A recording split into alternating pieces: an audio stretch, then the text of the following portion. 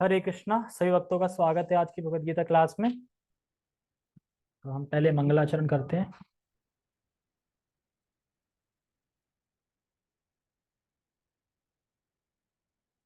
ओम अज्ञानतिमिरान्धस्य ज्ञानञ्जनाशलाकया चक्षुरुन्मीलितं येन तस्मै श्रीगुरुवे नमः। श्रीचैतन्यमनोभीष्टं स्थापितं येन भूतले स्वयं रूपः कदा मह्यं ददाति सत्पदान्तिकं। वन्देऽहं श्रीगुरो श्रीयुतापदकमलं श्रीगुरून् वैष्णवांश्च श्रीरूपं साग्रजातं सहगण रघुनाथामृतं तं सजीवं साद्वैतं सावधूतं परिजन सहितं कृष्ण चैतन्य देवं श्री राधा कृष्ण पादान सहगण ललिता श्री विशाखान्त विशांच। हे कृष्ण करुणा सिंधु दीन बंधो जगतपते गोपेश गोपिका कांता राधा कांतम नमस्तुते। तप्त कांचन गौरांगी राधे वृंदावनेश्वरी वृषभानुसुते देवी प्रणमामि हरिप्रिये। वाञ्छाकल्पतरुभ्यश्च कृपा सिन्धुभ्य एव च पतितानां पावनेभ्यो वैष्णवेभ्यो नमो नमः। जय श्री कृष्णा चैतन्य प्रभु नित्यानंद श्री अद्वैत गदाधर श्रीवासादि गौर भक्त वृंद।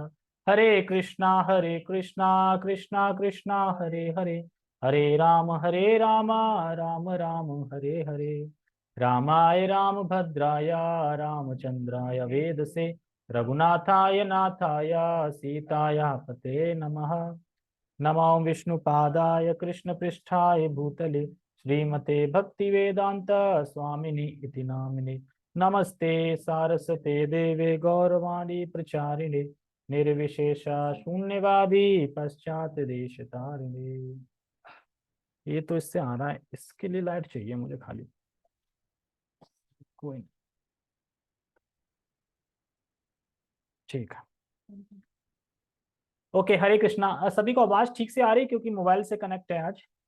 लाइट नहीं है तो चिपक वगैरह तो नहीं रही है, ठीक आ रही है। तो ये वहीं से जूम खोल के देख ली। अच्छा, नेट तो नहीं चल रहा है। अच्छा, हमारे वजह से तुम्हारा भी नेट नहीं है। इसको बोलते हैं परा, इसे बोलते हैं परा दुखी सुखी और परा सुखी दुखी, या परा दुखी दुखी। ठीक है। तो हम कल के श्लोक को आगे बढ़ाएंगे और आज पूरा खत्म करने का प्रयास करेंगे। बहुत अच्छी अच्छी बातें हैं प्रभुपाद जी ने तात्पर्य में लिखी हैं कि किस तरीके से जो जो निराकारवादी हैं, जो ब्रह्म की उपासना करते हैं, तो किस तरीके से उनको बहुत कष्टप्रद है उनकी लाइफ। बहुत कष्ट मिलते हैं और समय बहुत लगता है। और जो मंजिला, जो लक्ष्य है, वहां पहुंचेंगे भी कि नहीं पहुंचेंगे ये भी कंफर्म नहीं है। लेकिन भक्त जो होता है, भगवान की शरणागत होता है, भगवान की सेवा करता है, उसका भगवान के पास पहुंचना पक्का है। लेकिन उसमें वो मेहनत भी करते हैं, क्लेश भी उठाते हैं और फिर पक्का भी नहीं। तो इसलिए जो भक्त होते हैं वो निराकार को फॉलो नहीं करते, क्योंकि उसमें कष्ट बहुत है। तो पहले हम एक बार श्लोक का उच्चारण करेंगे। क्लेशो अधिक तरस्तेषाम अव्यक्ता सक्त चेतसाम अव्यक्ता ही गतिर्दुःखम देहवद्भिर्वाप्यते। क्लेशो अधिक तरस्तेषाम अव्यक्ता सक्त चेतसाम अव्यक्ता ही गतिर्दुःखम देहवद् देहवद्भिर्वाप्यते। ठीक है, हरे कृष्णा। एक बार टेक्स्ट पढ़ लेते हैं। जिन लोगों के मन परमेश्वर के अव्यक्त निराकार स्वरूप के प्रति आसक्त हैं, उनके लिए प्रगति कर पाना अत्यंत कष्टप्रद है। देहधारियों के लिए उस क्षेत्र में प्रगति कर पाना सदैव दुष्कर होता है। तात्पर्य, तो तात्पर्य तक हमने कहां तक पढ़ा था? हाँ, यहाँ एक मोटा उदाहरण दिया जा सकता है। तो मोटा उदाहरण से हम पढ़ेंगे। और कल हमने जो चर्चा करी थी उसमें बताया था कि लिंक बताया था। क्या लिंक था? यदि आत्मा के उपासक भी आपके धाम पहुंचते हैं, आपके पास पहुंचते हैं और भक्ति पहुंचते हैं, तो आपने पिछले श्लोक में ये क्यों बोला कि भक्ति सर्वश्रेष्ठ है, वो योग सर्वश्रेष्ठ है? क्यों? तो क्यों? तो इसका आंसर है इस श्लोक में कि क्यों भक्त सर्वश्रेष्ठ हैं और ये हीन लोग हैं, ये सर्वश्रेष्ठ नहीं है। तो ये इस श्लोक में बताएंगे। ठीक है, ये लिंक था। और कष्टप्रद का मैंने काफी व्याख्या करी थी कि किस तरीके से हमें रस चाहिए, जीवात्मा की नीड है रस। और रस जो उच्च रस मिलता है वो भगवान के नाम रूप गुण दिव्य लीला आदि से मिलता है। और जिनको ये निराकार मानते हैं तो फिर भी अब रस की खोज करते रहते हैं, तो फिर भटकते रहते हैं, इंद्रियों से संघर्ष करते रहते हैं, नेति नेति करते रहते हैं, नहीं नहीं नहीं, हाँ कुछ है, हाँ है, लेकिन वो हाँ जो है उसको निराकार कर दिया है। ठीक है, तो हम यहाँ से मोटा उदाहरण पढ़ते हैं। सड़कों के किनारे पत्र पेटिकाएं होती हैं, जिनमें यदि हम अपने पत्र डाल दें तो वे बिना किसी कठिनाई के अपने गंतव्य स्थान पर पहुंच जाते हैं। लेकिन यदि कोई ऐसी पुरानी पेटिका या उसकी अनुकृति कहीं देखें जो डाकघर द्वारा स्वीकृत ना हो, तो उसमें वही कार्य नहीं हो सकेगा। Your internet connection is unstable. बंद हो सकता है कभी भी, जूम कार्य नहीं हो सकेगा। इसी प्रकार ईश्वर ने विग्रह रूप में, जिसे अर्च विग्रह कहते हैं, अपना प्रमाणिक या वैध स्वरूप बना रखा है। यह अर्च विग्रह परमेश्वर का अवतार होता है। तो काफी व्याख्या होगी भगवान के अर्च विग्रह के ऊपर, क्योंकि जो अर्च विग्रह है उसके रूप में भगवान यहाँ पे अवतार लिया है। किस लिए? ताकि बद्ध जीव की सेवा स्वीकार कर सके। और जब बद्ध जीव सेवा करेगा, भगवान सेवा स्वीकार करेंगे, तो उसका उद्धार भी होगा। जैसे एक सन्यासी महाराज थे, तो वो भगवान के जो अर्च विग्रह हैं, जो भगवान के अवतार हैं, तो उस अर्च विग्रह में भगवान के सभी अवतार सम्मिलित होते हैं। एक अर्च विग्रह जो भगवान का हम देख रहे हैं उसमें सारे अवतार होते हैं। इसको कहते हैं भगवान का कृपा अवतार। क्यों? क्यों? क्योंकि बद्ध जीव भगवान को साक्षात नहीं देख सकते। हम लोग भगवान को साक्षात नहीं देख सकते इस इंद्रियों से। एक तो भौतिक इंद्रियां हैं, अपग्रेड करनी पड़ेंगी, और अभी उस उच्च स्थिति में नहीं पहुंचे कि हम भगवान से डायरेक्ट आदान प्रदान कर सकें या विग्रह से बातें कर सके। लोग करते हैं और काफी एग्जाम्पल भी है शास्त्र में, शास्त्र में भी हैं और वैसे भी हैं, काफी एग्जाम्पल है। तो इस कारण से भगवान अर्च अवतार स्वीकार करते हैं, क्योंकि हम भगवान को साक्षात देख नहीं सकते। इसलिए भगवान क्या करते हैं, जो ये भौतिक तत्व है, भौतिक तत्व हैं, उन तत्वों में प्रवेश करते हैं। जैसे कि जो 7-8 धातु जो बताई थी जिसमें भगवान के विग्रह बनाते हैं, तो भौतिक तत्व ही तो है वो, उनमें प्रवेश करते हैं। तो भौतिक तत्व में अवतरित होते हैं, प्रवेश करते हैं, जो आते हैं भगवान। तो अब किसी ने क्वेश्चन पूछा था इसी पे कि जो भगवान के अर्च विग्रह हैं, तो क्या वह नए डिवोटी के लिए हैं, न्यू फाइट्स के लिए हैं? तो इसका आंसर है हाँ। मतलब नए न्यू फाइट्स भी क्या करते हैं, विग्रह की सेवा कर सकते हैं ना, विग्रह की पूजा कर सकते हैं। लेकिन क्या फर्क है एक न्यू फाइट्स में और एक उच्चतर भक्त में? तो इसमें बता रहे हैं कि क्या अर्थ है, मतलब क्या न्यू फाइट्स के लिए होते हैं कर्च विग्रह की सेवा भी?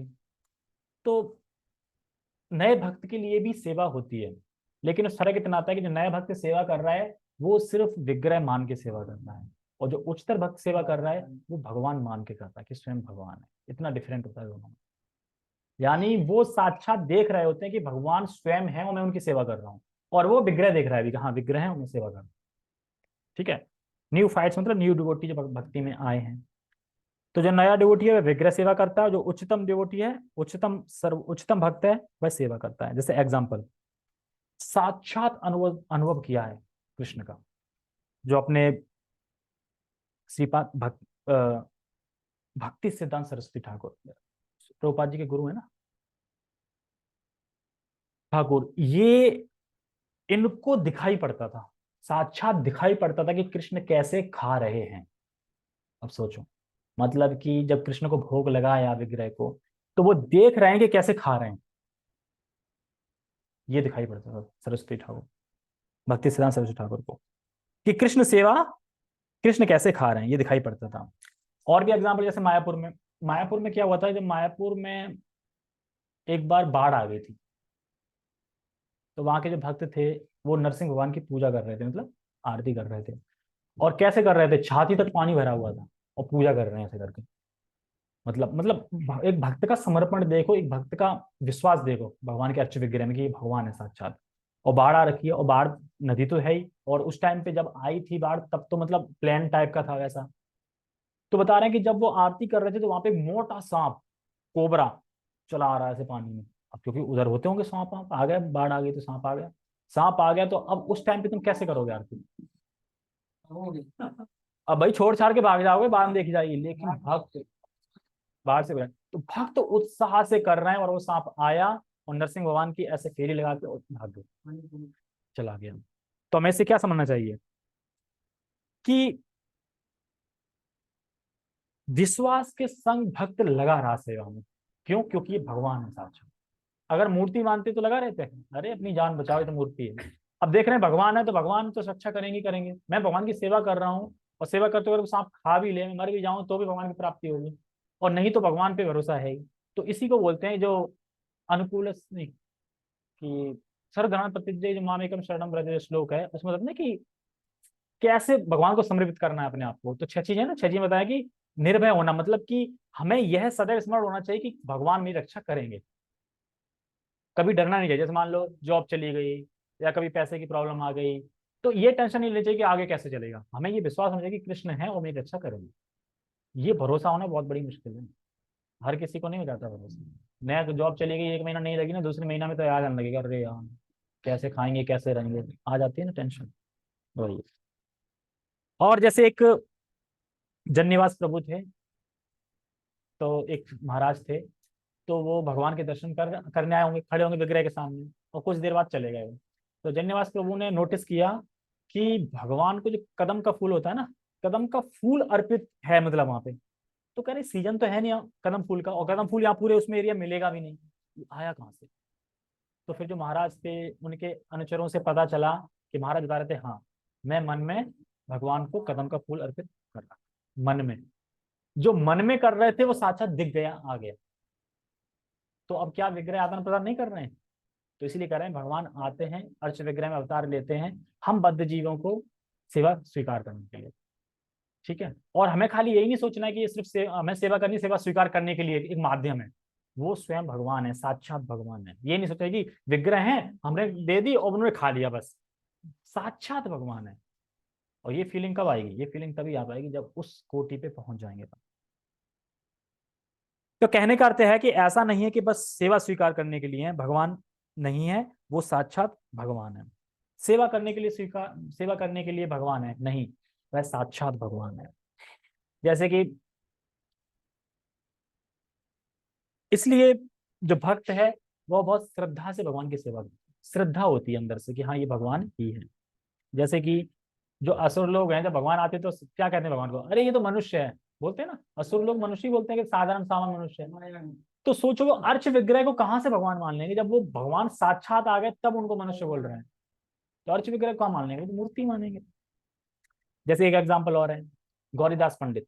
गौरीदास पंडित गौर लीला में श्रीदामा है, श्रीदामा, श्रीदामा के अवतार। तो उनके यहाँ खाने पे आए गौर निताई। अब खाने पे आए तो उन्होंने बड़ा प्रेम से खाना बनाया, प्रेम से खिलाया, और फिर वो चैतन्य महाप्रभु से कहते हैं कि मुझे आपका विरह ना वो सहन नहीं हो रहा है कि आप जाओ यहाँ से, मतलब ये विरह सहन नहीं हो रहा कि आप जाओगे, ये विरह मुझे सहन सहन नहीं हो रहा है। तो गौर निताई कहते ठीक है, तो ऐसा करता हूँ मैं अपने विग्रह छोड़ जाता हूँ यहाँ पे। अब तो विग्रह में और मुझ में कोई भेद नहीं है। तो कह रहे हैं आप रह जाइए, आप विग्रह को ले जाइए ना, आप रह जाइए। लेकिन वो गौरीदास पंडित थोड़ी देर में ही देखते हैं कि विग्रह में और चैतन्य महाप्रभु में कोई भेद ही नहीं। वो ये नहीं समझ पा रहे हैं कौन से असली है कौन से नकली है, मतलब विग्रह कौन से है और चैतन्य महाप्रभु कौन से, किसको बोलने के जाओ। ऐसे विग्रह कि जो सेम टू सेम बिल्कुल। तो फिर उसके बाद चले जाते हैं विग्रह की, फिर वो सेवा करते हैं। तो मतलब, और जैसे मैंने कल बताया ना कि जो रामानुचार्य हैं वो भी अपना सारी शक्ति विग्रह में करके स्थापित करके कहते हैं कि सारी शक्ति यानी मैं ही हूँ, इस तरीके से तो करते हैं। तो इस प्रकार से विग्रह की महानता, यह स्वयं भगवान है, ये समझ के सेवा करनी चाहिए, मतलब बहुत महानता है। जैसे एग्जाम्पल आता है राजापुर के जगन्नाथ सिंह, और जगन्नाथ जी तो ऐसे थे वो तो सपने में तुरंत आ जाते हैं। जैसे एक मुस्लिम था तो उसने प्रसाद नहीं लिया था, और रात को सपने में दे दवा दे, दे दवा दे, और दादा बहुत मारता, दादा बहुत मारता, और फिर अगले दिन ही वहां गए और उसी भक्त से फिर प्रसाद लिए। प्रसाद ना लेने का भी वो। तो ये सारी व्याख्या क्यों? क्योंकि भक्त के लिए भगवान बहुत सहज है। जैसे कि अगर वृंदावन में है, तो वृंदावन में भगवान को ढूंढना नहीं है, वृंदावन में भगवान को देखना है। ढूंढना कहाँ है? भी तो पल पल पे है। मंदिर मंदिर दुनिया भर के, तो हर मंदिर में विग्रह रूप में खड़े हैं भगवान। तो हमें ढूंढना है भगवान को नहीं, भगवान को देखना है खाली, बस देखना है। ठीक है, आगे बढ़ते हैं। यह अर्च विग्रह परमेश्वर का अवतार होता है। ईश्वर इसी रूप के माध्यम से सेवा स्वीकार करते हैं। जैसे कि उदाहरण समझ में, कि इसी माध्यम से सेवा स्वीकार करते हैं। जैसे कि हर लाल डब्बा चिट्ठी नहीं पहुंचा सकता, अभी एग्जांपल दिया था ना। अब ऐसा तो नहीं कि जहां कोई लाल डब्बा हो वहां डाल दो चिट्ठी पहुंच जाएगी, तो हर लाल डब्बा नहीं पहुंचा सकता।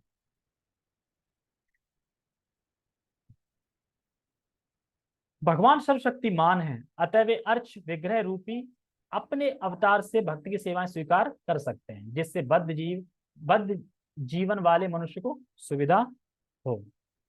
इस प्रकार भक्त को भगवान के पास सीधे और तुरंत ही पहुंचने में कोई कठिनाई नहीं होती। तू लेकिन जो लोग आध्यात्मिक साक्षात्कार के लिए निराकार विधि का अनुसरण करते हैं, उनके लिए यह मार्ग बहुत कठिन है। क्यों कठिन है? प्रभुपाद जी भी बताएंगे क्यों कठिन है। उन्हें उपनिषदों जैसे वैदिक साहित्य के माध्यम से अव्यक्त स्वरूप को समझना होता है। समझना होता है मतलब बताया था ना, कि आत्मा को तर्क से नहीं समझ सकते। किसे समझेंगे? श्रुति से, वेदों से। तो इसलिए कह रहे हैं ये अव्यक्त स्वरूप को समझना होता है, और समझने के लिए लगे रहते हैं वेदों को पढ़ने, कैसे समझे, तो ये नहीं कष्टप्रद। समझने के लिए लगे हैं वेदों में। और क्या कह रहे हैं? उन्हें भाषा सीखनी होती है। भाषा सीखना मतलब संस्कृत सीखना होता है। सीखना पड़ेगा ना संस्कृत, तभी तो वेद पढ़ पाएंगे। सीखना होता है मतलब संस्कृत सीखनी होती है। और इंद्रियातीत अनुभूतियों को समझना होता है। ये क्या है? ये तो पता है। इंद्रियों को भोगों से हटा के इंद्रियों के परे कुछ वस्तु है उसको समझने का प्रयास करते हैं। अब इंद्रियों को भोगों से उठा रहे हैं, खींच रहे हैं। अब जो इंद्रियों से परे चीज है जिसको समझ नहीं सकते, उसको समझने का प्रयास कर रहे हैं इंद्रियों से, तो कष्टप्रद है। उसे समझने का प्रयास करते हैं। और इन समस्त विधियों का ध्यान, कहाँ पे थे? हाँ। और इन समस्त विधियों का ध्यान रखना होता है। यह सब एक सामान्य व्यक्ति के लिए सुगम नहीं होता। सामान्य व्यक्ति तो एक माला भी नहीं कर सकता, तो इसलिए कह रहा है उसके लिए सुगम नहीं हो सकता।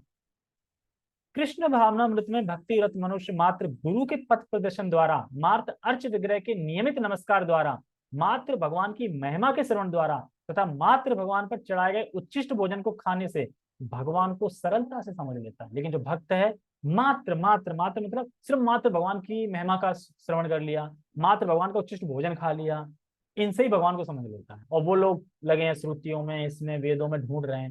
जैसे प्रभुपाद जी आगे कहेंगे कि इसमें समय क्यों गवाना, कि भगवान निराकार हैं कि साकार हैं, क्या उपासना है, क्या आत्मा है, क्या है, इसमें क्यों टाइम व्यर्थ करना। सीधा गुरु ने बोला कि भगवान कृष्ण हैं और स्वीकार करके अपने लेके। तो आगे कह रहे हैं समझ लेता है। क्यों? क्योंकि भगवान इन क्रियाओं से प्रसन्न होते, जो भी क्रिया बताई ना, भगवान का श्रवण करने से, भगवान का प्रसाद खाने से, भगवान को नियमित प्रणाम करने से, इससे भगवान प्रसन्न होते हैं। तो भगवान प्रसन्न हो रहे हैं, तो भगवान प्रसन्न होंगे तो भगवान क्या करेंगे? अपनी माया से बोलेंगे तो हट जा, साइड में पीछे हटा देंगे, और फिर भगवान का रास्ता साफ हो जाता है भक्त के लिए, भगवान का रास्ता पार करने के लिए। तो इसलिए इसमें कह रहे हैं माया किसकी शक्ति है? भगवान की। और जब भगवान बोल रहे हैं माया हट जाओ, माया हट जाएगी, क्योंकि भगवान प्रसन्न हो रहे हैं इन क्रियाओं से। तो वही है। जैसे एग्जाम्पल देखते हैं मालिक के कुत्ते का। अब कोई जाए, मालिक का कुत्ता अगर भौंक रहा है, तो हमारे अंदर में सामर्थ्य नहीं कि हम कुत्ते को हटा लें क्योंकि डर लगेगा। ऐसी माया को हम अपनी शक्ति से नहीं हटा सकते जब तक उसका स्वामी नहीं बोलेगा तब तक। तो यही समझना है। इसमें तनिक भी संदेह नहीं है कि निर्विशेषवादी व्यर्थी कष्टकारक पथ को ग्रहण करते हैं। संदेह है इसमें? बिल्कुल संदेह नहीं, क्योंकि वो निराकारवादी होते हैं, वो कष्टकारक पथ को ही ग्रहण कर रहे हैं, इसमें संदेह नहीं। जिसमें अंततः परम सत्य का साक्षात्कार संदिग्ध, संगनित क्या बोलेंगे इसको, संदिग्ध बना रहता है। संदिग्ध बना रहता है मतलब कि जरूर नहीं कि भगवान प्राप्ति हो जाएगी। मतलब जिस चीज की उपासना कर रहे हैं, कष्ट सह रहे हैं, वो भी मिलेगी कि नहीं मिलेगी वो भी पक्का नहीं है। किंतु सुगुणवादी मतलब भक्त लोग, किंतु सुगुणवादी बिना किसी संकट, कष्ट या कठिनाई से कठिनाई के भगवान के पास पहुंच जाते हैं। ऐसा ही संदर्भ श्री भागवतम पाया जाता है। तो श्रीमद् भागवतम में एक बताते हैं कि जो आपके भक्ति के पथ का अनुसरण नहीं कर रहा है, जो कैसी भक्ति है, जो कि मधु की नदी जैसी है। भक्ति, भगवान की भक्ति एकदम मीठी है, बढ़िया है, मधु के नदी की जैसी है। ऐसे पथ को अगर कोई छोड़ देता है और निर्विशेष ब्रह्म का जो अनुभव करने के लिए उस पथ को स्वीकार कर लेता है, तो ऐसे व्यक्ति को क्या मिलेगा? तो बताते हैं कि अगर कोई भूसा कूट कूट के उसमें से चावल निकालने की कोशिश कर रहे हैं, वो मिलेगा। भूसे को कितना भी कूटोगे तो उसमें चावल निकल जाएगा? नहीं, एक आध होगा भी तो वो भी पिस जाएगा। तो उसे मिलेगा क्या फिर? कूट कूट के क्या मिलेगा? हाथ में छाले पड़ेंगे ना, कूट कूट के तो मिलेगा तो है नहीं। तो यही बता रहे हैं, उसे सिर्फ कष्ट मिलेगा, उसके हाथ में छाले पड़ेंगे, फोड़े पड़ेंगे, यही मिलेगा और कुछ नहीं होगा। अगर कोई इतने सुनहरे अच्छी चीज को छोड़ के निराकार का पत्ता अनुसरण करता है, क्लेश प्राप्त होने से। या यह कहा गया है कि अंततः भगवान की शरण में जाना ही है। इस शरण जाने की क्रिया को भक्ति कहते हैं। तो यदि कोई ब्रह्म क्या है और क्या नहीं है, इसी को समझने का कष्ट आजीवन उठाता रहता है, तो इसका परिणाम अत्यंत कष्टकारक होता है। तो समझ में आ रहा है? अतएव यहाँ पर यह उपदेश दिया जा गया है कि आत्म साक्षात्कार के इस कष्टप्रद मार्ग को ग्रहण नहीं करना चाहिए, क्योंकि अंतिम फल अनिश्चित रहता है। यानी अंतिम फल अनिश्चित मतलब कोई गारंटी नहीं है कि मिलेगा कि नहीं मिलेगा। जीव शाश्वत रूप से व्यष्टि आत्मा है, मतलब इंडिविजुअल है, सब अलग अलग अलग अलग है। और यदि वह आध्यात्मिक पूर्ण में तदाकार होना चाहता है, तदाकार होना चाहता है मतलब लीन होना चाहता है, तो वह अपनी मूल प्रकृति के शाश्वत सत्य तथा चित्त पक्षों का साक्षात्कार तो कर सकता है, लेकिन आनंद में अंश की प्राप्ति नहीं हो पाती। मतलब यहाँ कह रहे हैं कि वह आनंद रस की प्राप्ति नहीं होती। मान लो कि वो ब्रह्मानंद में पहुंच भी जाए, अब वहां पे रस ही नहीं है, तो आनंद की प्राप्ति नहीं होती। केवल भगवान की भक्ति से ही रस आनंद इसकी प्राप्ति होती है। ऐसा आध्यात्मवादी जो ज्ञान योग में अत्यंत विद्वान होता है, किसी भक्त के अनुग्रह से भक्तियों को प्राप्त होता है। अनुग्रह से, देखो ज्ञानी दो प्रकार के हैं। एक ज्ञानी तो वो है कि जो निराकार का वो कर रहा है, निराकार मतलब ब्रह्म का अनुभव करना चाहता है, ब्रह्म का अनुभव करना चाहता है, पर भक्ति की उपेक्षा कर रहा है। अरे भक्ति तो खराब है, उपेक्षा कर रहा है, तो उससे क्लेश ही प्राप्त होंगे। और दूसरा ज्ञानी है जो कि ब्रह्म की अनुभूति तो कर रहा है, कदाचित उसे अगर भक्तों का संग मिल गया तो वह भक्ति में भी आ जाएगा, क्योंकि वो भक्ति को उपेक्षा नहीं कर रहा है, भक्ति में भी आ जाएगा। जैसे कि सुखदेव गोस्वामी पहले निराकार थे, भक्त बन गए। चार कुमार पहले निराकार थे, फिर भक्त बन गए, क्योंकि भक्ति का संग मिल गया ना, तो भक्ति बन गए। तो दो प्रकार के ज्ञान योग होते हैं, जो भक्ति की उपेक्षा कर देते हैं उन्हें क्लेश प्राप्त होते हैं, लेकिन जो ज्ञान योग का अनुसरण तो कर रहा है ब्रह्म का, लेकिन भक्तों का संग मिल गया उसको, उसने स्वीकार कर लिया, तो फिर भक्ति में आ जाएगा। इस समय निराकारवाद का दीर्घ अभ्यास कष्ट कारण बन जाता है, क्योंकि वह उस विचार को त्याग नहीं पाता। कौन सा विचार? देखो, क्योंकि जो निराकारवादी हैं वो लंबे समय तक क्या है, ब्रह्म ब्रह्म ब्रह्म निराकार, उसी की रट लगा के रखे हैं, उसी के बारे में सोचते हैं। अब अगर वो भक्ति में आ भी जाए तो उसके लिए यह स्वीकार करना बड़ा मुश्किल है कि परम सत्य के व्यक्ति है, क्योंकि वो शुरू से किसमें है। अगर हम भी निराकार मायावादी की किताब पढ़े लें ना, तो हम भी भ्रमित हो जाएंगे, यार सही तो कह रहे हैं, सब ब्रह्म से ही आया है, बाकायदा सही बोल रहे हैं, ऐसे घूम जाओगे तुरंत। ठीक है। अतएव देहधारी जीव अभ्यास के समय या साक्षात्कार के समय अव्यक्त की प्राप्ति में सदैव कठिनाई में पड़ जाता है। जब अभ्यास कर रहे होते हैं निराकार का, ये जो चीजें बताई गई उसमें भी कठिनाई है, और अगर आगे चल के भगवान के बारे में बताया जाए तो वो भी समझ नहीं पाओगे, उसमें भी कठिनाई है। तो दोनों चीजों में कठिनाई है। प्रत्येक जीव अंशतः स्वतंत्र है, और उसे यह अच्छी तरह समझ लेना चाहिए कि वह अव्यक्त अनुभूति उसके आध्यात्मिक आनंदमय आत्म सुख की प्रकृति से विरुद्ध है। देखो, यानी जो निर्विशेष ब्रह्म की अनुभूति उसको सुख नहीं दे पाएगी। क्यों? क्योंकि भगवान की भक्ति ही सुख दे पाएगी, क्योंकि जीव मूलतः भगवान का अंश है, इसलिए अंत तक सुखी किससे, सुख और रस किससे मिल पाएगा? भगवान की भक्ति से ही मिलेगा, निराकार से नहीं मिलेगा, क्योंकि हम मूलतः है कौन? भगवान के ही अंश हैं।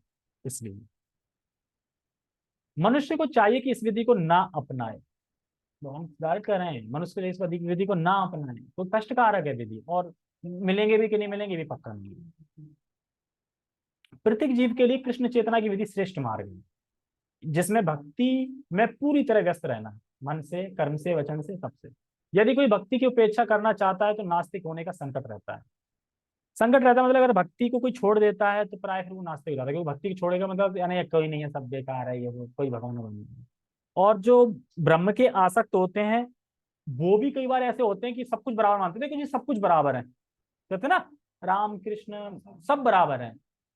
क्यों बराबर है? अंततः वो ये कहना चाह रहा है कि ब्रह्म है वही श्रेष्ठ है। ये जितने भी रूप है ना, राम कृष्ण, ये सब ब्रह्म से ही तो आए ना, तो बराबर है सब।